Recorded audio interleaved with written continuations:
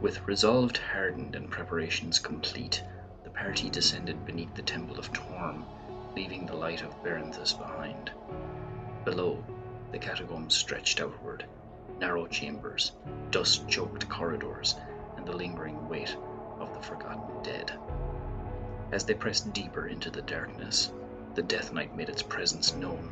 The fallen paladin's voice reached out to Sir Tirion, echoing through stone and shadow, mocking his vows, testing his faith, and daring him to falter.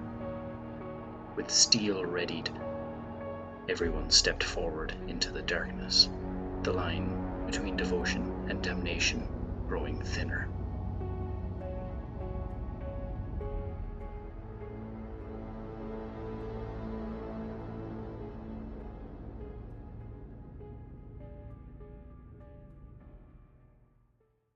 Tyrion and everyone, you are in this again this kind of rectangular, actually a square-shaped room, kind of 30 feet by 30 feet, give or take. And again, cascaded around you all are these tombs, these stone slabs and marked and unmarked graves.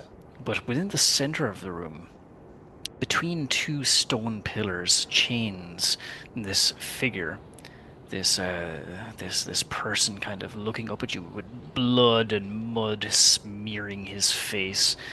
He's just on his knees and bound, and this voice then echoes through the walls, Tyrion, not coming from this figure, but from further within, from the depths. It says, "He deserves your wrath.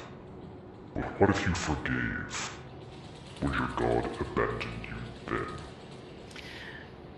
Can I ask you to make a history check? This person you recognize, but whether or not you match the face to... And everyone except for Daemon can make that history check, and I will roll for Alfric.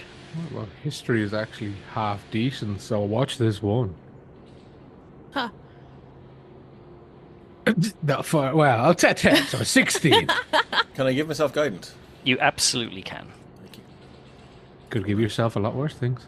You said... There's a cream for that. Let's see. 24 plus 3, 30, 27. Jeez, I don't even have to roll. I'm not gonna do... I just did a heck in history. Okay. Sir Tirion with a 16, Shadar with a 27, Mina with a 13, and Alfric, the big nerd, with a 28. No, yeah, pipped me by 1.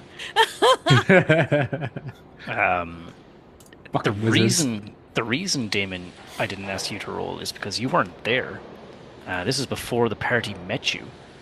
That you recognize this person. And Tyrion, you don't at first, but... Do we hear any buzzing? Is that what's happening? No. That's a deep cut right there. Even before the fall of your prior comrade, you may recall, it all comes back to you, the four of you. Buckets. It's not Buckets. Buckets is fine. He's a kobold. Okay. This is a human, by the way. Okay. I never mentioned the race. You all remember, after you left Grendel on your way to Femlis, you encountered a checkpoint that they were guards, but they were actually posing as guards. They were bandits. What they had done, they had disposed of the guards, buried them in a pit, and it was a shakedown. They were attempting to relieve you of your worldly riches. Oh, I remember this. This is. I remembered a misty step or two to chase one of them down. Mm-hmm. Oh God. Well, if you remember that person, you might also remember the fate that befell him, Tyrion. He fell at your blade, surrendered. Yes, Shadar said, "Oh, I do enjoy the death pot." Indeed, and this man had indeed surrendered, was on his knees, hands bound behind his back, and Tyrion, you held your blade to his neck. And with a nod from Duke Femlis, you relieved him of your head. Of his head. My head is attached, thank you. Excuse me, yes, you relieved him of his head, of course. You remember him now, and he looks up at you. He lifts his head wearily, and meets your gaze, and you can see that deep gash from both the sides of his neck. And that voice then comes back and says, Was his death justified by your god? Or your ruler?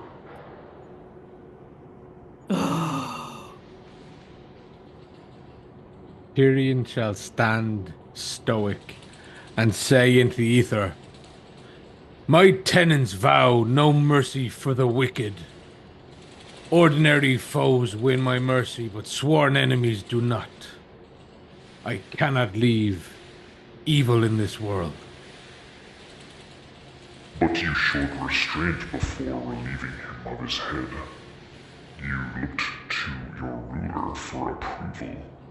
Do you not act of your own accord? Do you not obey your own tenets?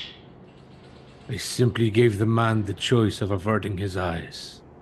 Someone off his cloth may not be used to the sight of blood. there's a rumble throughout almost like an earthquake throughout the catacombs. You lie, Paladin.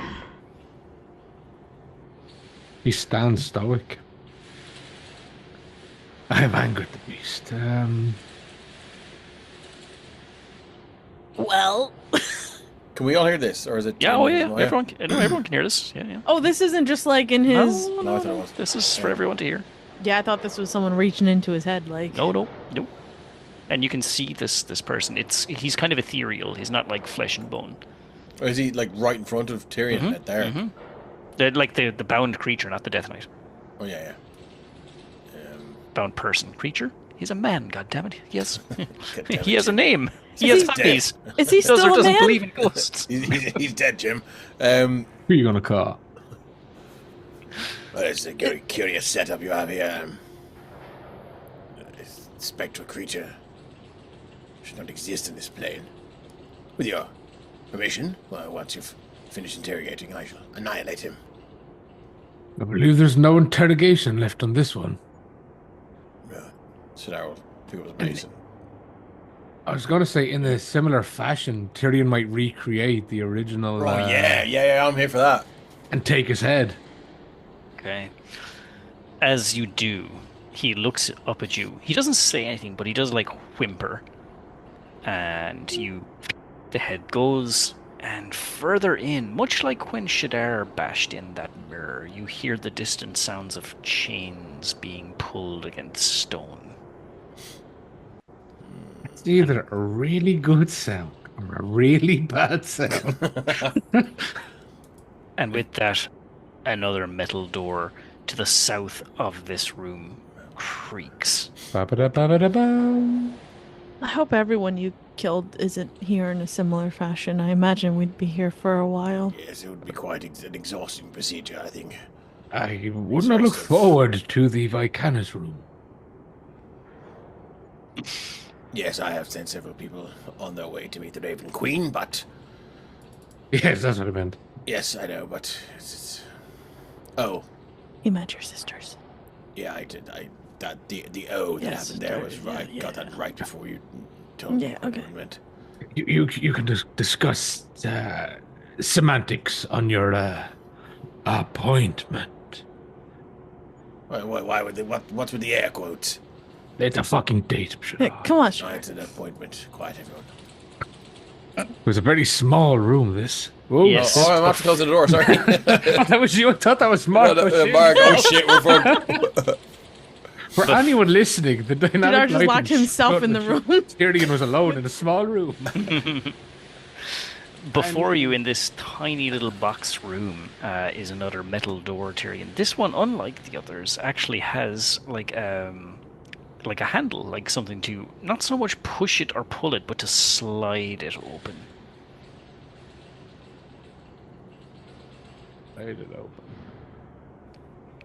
As you place your hand on the kind of handle to slide it, Did you say you were doing that? Are you opening it? Yeah, I've automatically rolled up my character sheet to get my saves ready. I was just about to see if I had memorized. Disintegrate. No, fire traps. I detect traps, isn't it? Is that a cleric thing? It's a spell. I don't know if it's a cleric spell. I mean, you have flame strike, and I mean, look, that's my... You Summon can always shovel, find like- a trap by triggering it. Just go ahead. Well, there's only one way to find out. Would you like me to check for traps, my dear? as Tyrion's hands rest on the handle, he goes, "Oh, perhaps I am." Too late, I'm afraid. As your hand rests upon the handle, you find yourself you feel this like real strong breeze for a moment. No one else kind of senses this, but Tyrion, you find yourself in a meadow, nighttime. It's dark. You're kind of on this kind of slightly raised hill beneath a great oak tree. What you thought was now the handle of the door is actually now the hilt of your blade stuck into the ground, and you're just watching over this lush green meadow bathed in moonlight. Not a single cloud in the sky. It's a starry night. And then a distant roar. Something angry.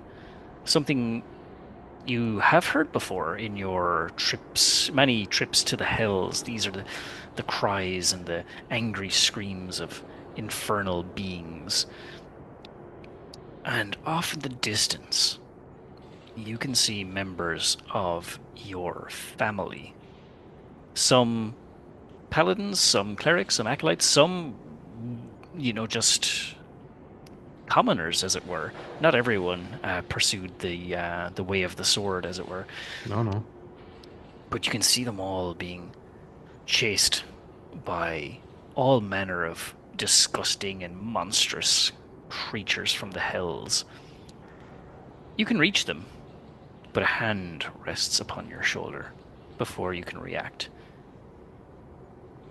Stepping up beside you, not knowing if you turn your head or not, but stepping into your peripheral vision right by your side is a half-orc in a full suit of Torm armor.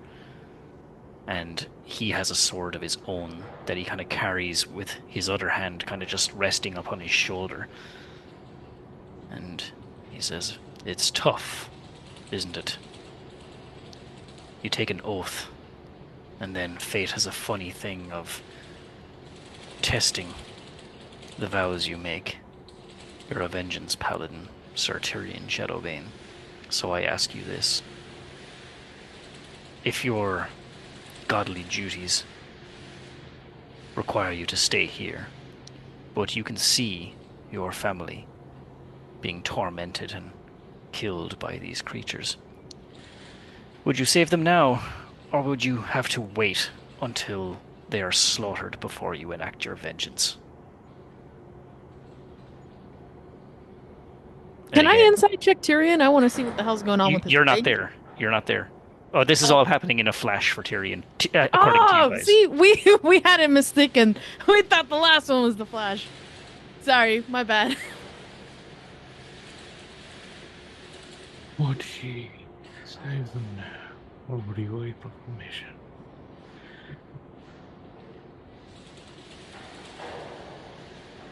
Tyrion will say, "Do not turn your guilt for your poor decisions on me. You led your family to your fate. I protect mine from it." Well, it's all causality, isn't it? What would you have done in my position? But before you can answer, your vision floods back to your hand on the door handle to the next room. You can slide it open now, but for a moment, both Elfric and Shadar, who are kind of standing beside you, saw this like blank look in your eye, but it was only a second's hesitation.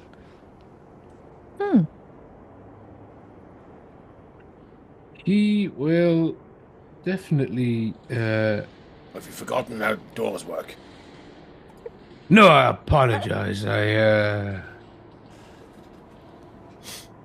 As I told you, Shadar, recently, this being has the power to interject in the realities of paladins and clerics, and it seems he wished to interpose such situation on myself and ask me what I would have done differently. So, you got some head words. Mind words. You spoke to you in your... Yes. Head word. Brain words, mind words, whatever do we want to call it. Do you think you would benefit from some... I mean, I can't cast a spell. I think Daemon can, but like that whole protection, strengthen, fortify... No, I'm perfectly fine. I can give you a belt of a protection from evil or good. No, I'm sure that I'm perfectly fine. Thank you for... It's standing by. It's in the pocket, as it were, so just shout if you need it. Somehow I feel like Sir Tirion might actually need this. I feel like the town above has enough problems without this poor individual wreaking havoc on the sedimentary systems and causing the small quakes. But yes. Let's continue and see how big this fellow truly is. Slide the door. And the door slides open, revealing yet another room. This one a little narrower, but longer. It's a lengthy hallway up towards where the next set of metal doors lies. But from what you can see upon entering into this next room, Tirion, is this kind of decorative hall, much more well kept and maintained than the other rooms of this areas of this catacomb. This hall has a bunch of although there's like dust and cobwebs and the likes, there's faded banners and cracked marble along the walls and floors.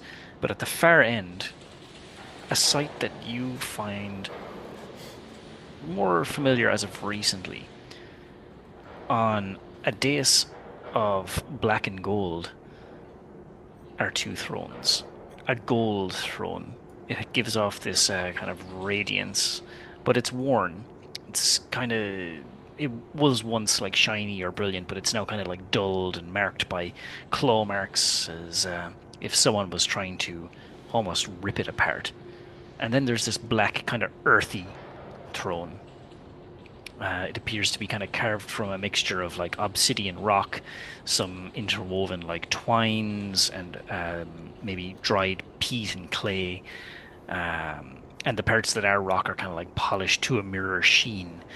And it seems to have more of a cold aura as opposed to this kind of radiance. And between those two thrones, there's this waft of kind of putrid air. And then that's when you hear, kind of almost overlapping these two voices, it says, Sit on the throne of gold and be its shield. Hold to the light, even if your vengeance goes unfulfilled. The other says, Sit on the throne of the blackened earth and be its sword. Take the power to end all who wronged you, no matter what the cost. Then, before you, leading up to the thrones, you can see a set of ashen footprints, as if many other people before you have walked this path, but a long time ago. And do the elder footsteps appear to be going to a particular... No, throne? they stop at the dais, so the footprints kind of... Yeah, that would be too easy, wouldn't it? Yeah. Could you put that in the chat, plausibly? Yeah, I have. Would you believe I had it pre-rehearsed and written down, so... That's good DMing right there. And where in the He knew you room would here ask. are there thrones, sorry, just map-wise? It's a game. Just beside the next metal door. Just So over here. Okay, over here, cool. I popped it into the old chat there, into the Discord one. Ah, okay. So- Uno momento, por favor. Shadar, is this Because I'm a sure riddle Matt will for be very us? interested in listening to these little riddles. Shadar, is this like a riddle for us, or is this all a test for Tyrion? Well, I think it could be both. But, I feel like Sir Tirion has some sort of ties to this place. I feel rather useless, like exceptionally so, this time. I must admit that I'm rather relieved to not have my past coming back to haunt me anymore, so it's nice to take a back seat and help out when it's needed.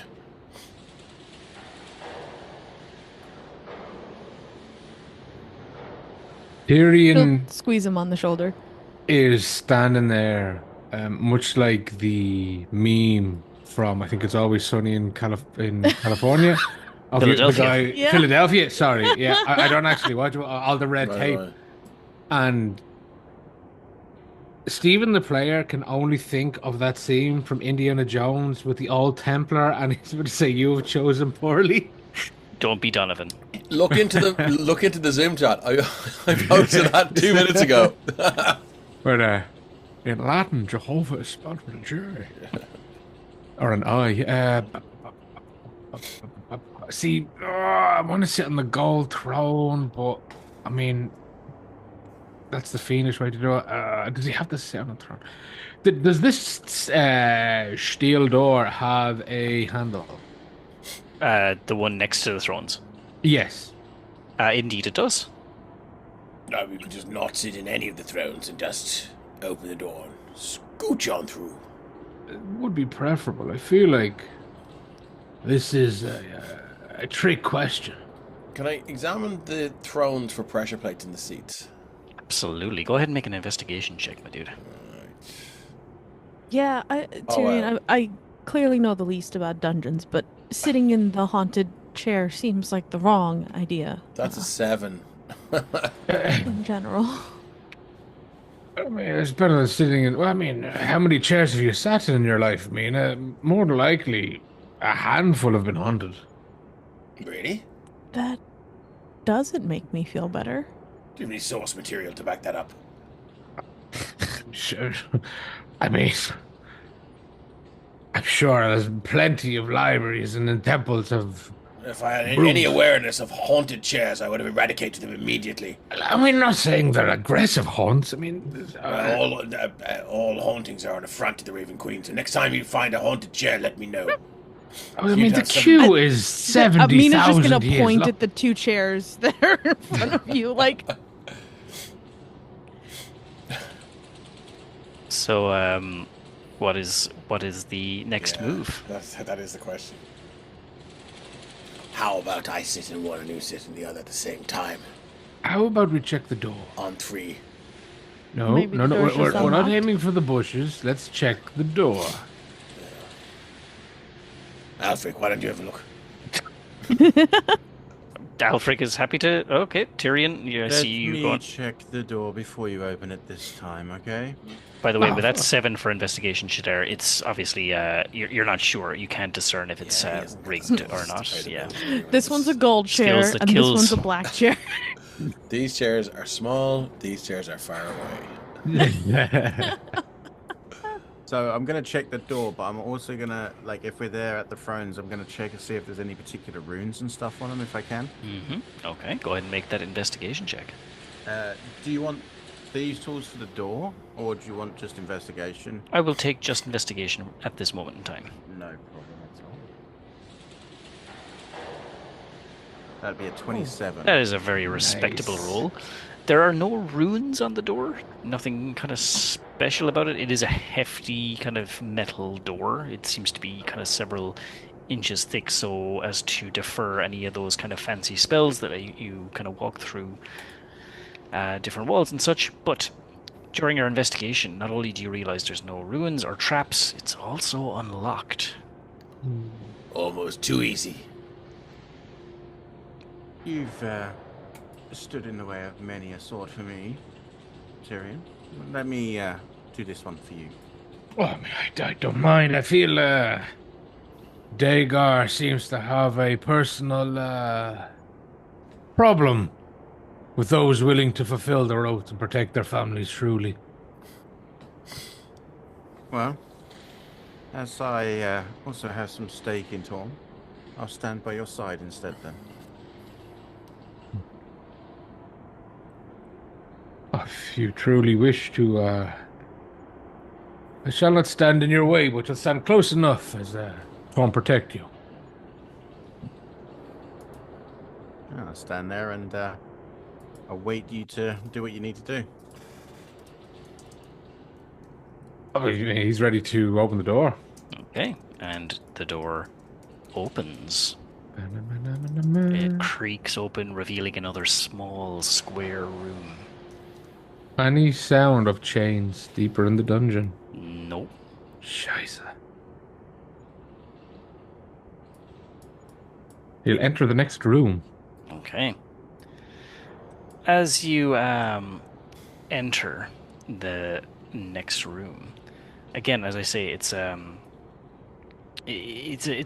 square room, and halfway down you can see that these there are again two stone doors that bar your path side by side. One door kind of gleams faintly with gold runes etched into its surface, spelling the word justice.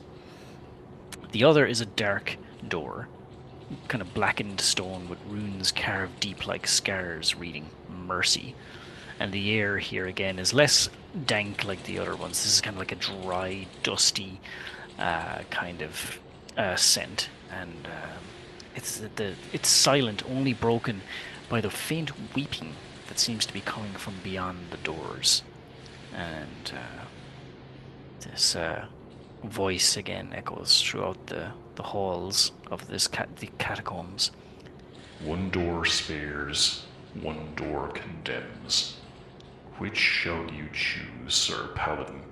And as you kind of approach Tirion, you see that there are two kind of like slits in the door, like where you like someone like would be able to like see through like into or out of the room, if you know what I mean, like this small kind of like metal latch. And the justice door, you look beyond it and you can see inside. This room is this kind of disheveled looking man, kind of, but he has a blood-stained blade in his hand, and he's kind of just pacing back and forth, the kind of wildness in his eyes as he kind of bares his salivating teeth at you. And he kind of growls, brandishing the blade, runs up towards the door and kind of bashes, screaming frantically. Through the other door, you see just what appears to be just this rather scared-looking, well, villager, you assume, from maybe Barenthus, or presumably. They're just kind of tucked away in the corner, sobbing and kind of rocking back and forth. And they see you, and they reach out to you with both hands, and they say, "Please, please save me. Save me." And then that voice returns once again. Which of the two is the greater good? You pick the justice door, and this shall lead to the swift execution of a known criminal trapped beyond, and has no chance for redemption. But doing so will cost the life of the other behind the mercy door. If you choose the mercy door, you will save this innocent life, but it will also let the criminal go, who will almost certainly go on to take far more lives. Does Tirion recognize either of the two? Neither. They're complete randos to you. And we all see this, right? Just to You confirm? can all see this, yeah. Yeah, Mina won't open the door, but she walks straight up to the condemned door like it's obvious. Tirion will take a moment looking through the poor weeping, sobbing person clutched in a corner in the mercy door and be hit with a wall of emotions. Feels like a bit of a strong word, but more memories of why he was given the title Sir Tirion the Child Killer. And he'll go back to when he was sent to rescue a child and was fooled by a hag who had polymorphed into a child and plunged her 7-inch nails into his chest and almost killed him. And he will say, appearances can be deceiving. And he'll walk straight over and open the justice door. Very good, Paladin. The voice says, You've made your choice. and you hear the distant sounds of chains pulling. You hear the swift and almost painless death of that deranged killer within, but you hear the slow, blood-curdling scream of the soul behind the mercy door. Wilhelm? Both doors open, revealing access to another door beyond, at the very back of the room. So, sorry, you said there was a similar blood-curdling cry from the person in the other door? Mm-hmm. So they were both killed? Yes, if Tirion chooses the justice door, both die. Okay. If he chooses the mercy door, both live. And the snarling killer could go off and do what they wanted. Yeah. Most certainly to kill again. Yeah. Okay, sorry.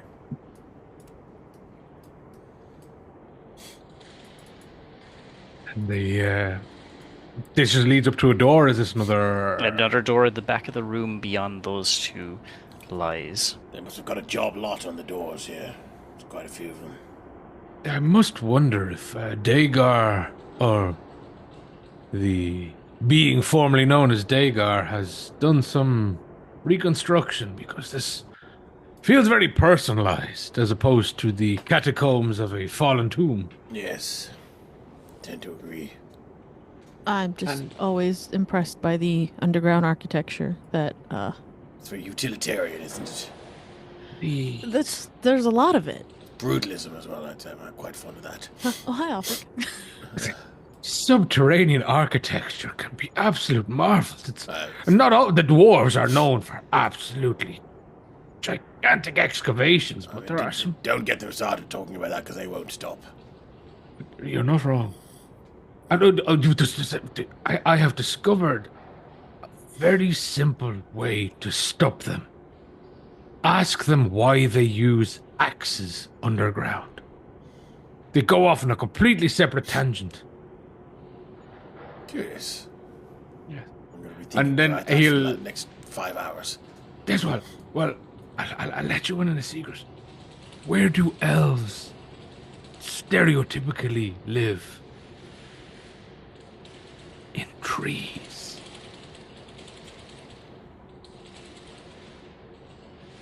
Is there more to this, or? No, they cut the fucking trees down. The dwarves do? Yes. Yeah. I fucking hate them. From underground? No, they come up from the Oh, ground. I see. Cut the They trees emerge into the elf forest. Yes. Wildly swing their axes. Excellent. Choppy, choppy, choppy, then they dig. Yes. But it gets them away from talking about the infrastructure. I wonder if the Death Knight is bored of our prattling. He's been down here long enough, I'm sure. You're just trying to obfuscate from your date. And you'll open the next door. Very good. It's an appointment. Unless you're giving her a physical, it's not an appointment. Yeah, that's actually... Sorry, go ahead, Sorry, Stephen. yeah, No, sorry go to ahead. interrupt there, Mina's Mark, gonna twice. ignore that, walk straight. Well, actually, was the door open? Yep. No, It looks open. Yeah, I'm gonna walk straight in. It's in the process of opening, but what I want to know is when Shadar says it's an appointment, Tyrion wants to just gauge Mina's reaction. Mina is rolling her eyes that this is the most non-poly relationship in existence.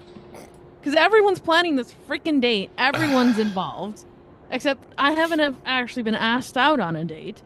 We made an And appointment everyone's to meet. oh so clever. But when we get to the restaurant, Tyrion will be the waiter in disguise. Daemon will be the chef. You know, I love the way it's. Alfred It is a will be date, the it's maitre d'. not a date, but if Alfred you're is just lighting the asked to go candles for from a a coffee, distance. it's a date. Yeah. Well, yours would ask me on a date. He would give me a flower. He would show up and he'd say something like, "I'd love to take you to dinner. Would you like to go with Yours me?" would not hold back for an instant asking Mina back out He on gave a you a date. baby Sorry, already. so what do you Did mean you say back out on a date, Mark? Back out? I corrected myself immediately. Okay. Out on a date. Did I miss Oh, that shit. scene? Singular. First date ever. Definitely no other dates before that. Okay. That Shadar knows about. I have passive perception of 25. Gonna need I it. heard you're God going knows for about a everything. date 2 cities over. Oh, look at that. So as we all enter this area, I will ask you all to just kind of stay put a minute as you enter, and Daemon and Elfric follow behind. You enter this large kind of chamber, and looking around, you don't see any more of those metal doors. This is the end of the line. It's a we did it. large, open area. 6 stone pillars, 3 either side, lead down this long pathway to a rather large-looking stone sarcophagus at the very end. It's dark. Those of you with dark vision, obviously, it's not a problem, but it's the kind of wall sconces just flicker to life, but not with the red amberish color that you're all familiar with and that gentle, warm glow. This is a cold blue glow, and it sets the scene for the next part of this adventure. That chilling voice once again. You don't see anyone here. All you can see is just kind of, again, some random stone coffins, that large one at the very end of this corridor or this room, some bones here and there. You even see tarnished armor, presumably from paladins who have failed their attempts to squander the Death Knight. But yes, that voice rings out through the walls. So, the living have come to pick at my bones.